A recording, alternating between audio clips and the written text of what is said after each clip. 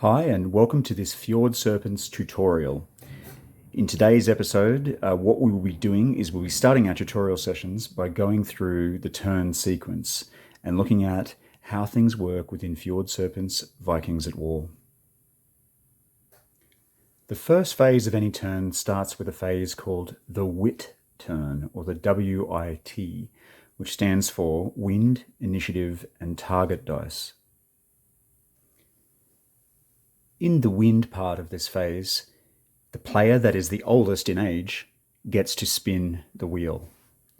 Before you here is an example of what the wheel looks like.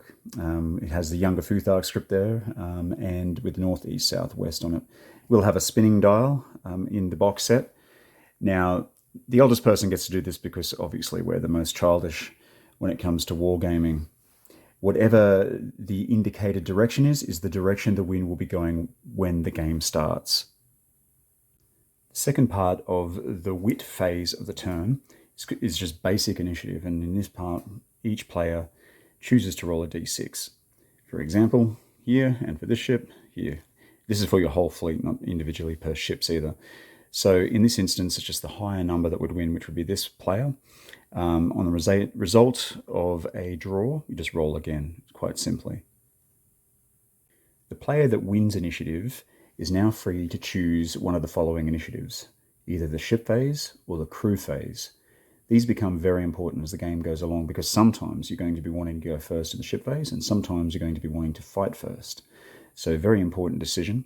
And the most important thing to remember is whichever one you choose, so for in this instance, we will choose the ship phase, the opposite is applied to your opponent and they receive the other initiative. So they will receive the initiative in the crew phase.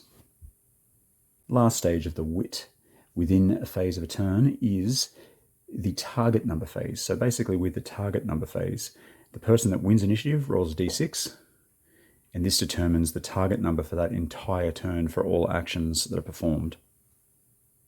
An important note on the target number that you roll. Now within turn one, that is what you get. But as the game progresses, if your target number that you roll in any given turn equals the previous target number of the previous turn, then you get to re-roll the wind direction. So it represents a shift in the wind. So it's a 1 in 6 chance every turn that the wind shifts direction. And it is the player that rolls the target number that gets that result that gets to determine that and spin the wheel. That goes through the WIT phase of a turn. It's very fast, only takes a couple of seconds to generally do each turn. But the decisions you make within it and the rolls you make really have a massive impact on the rest of the game.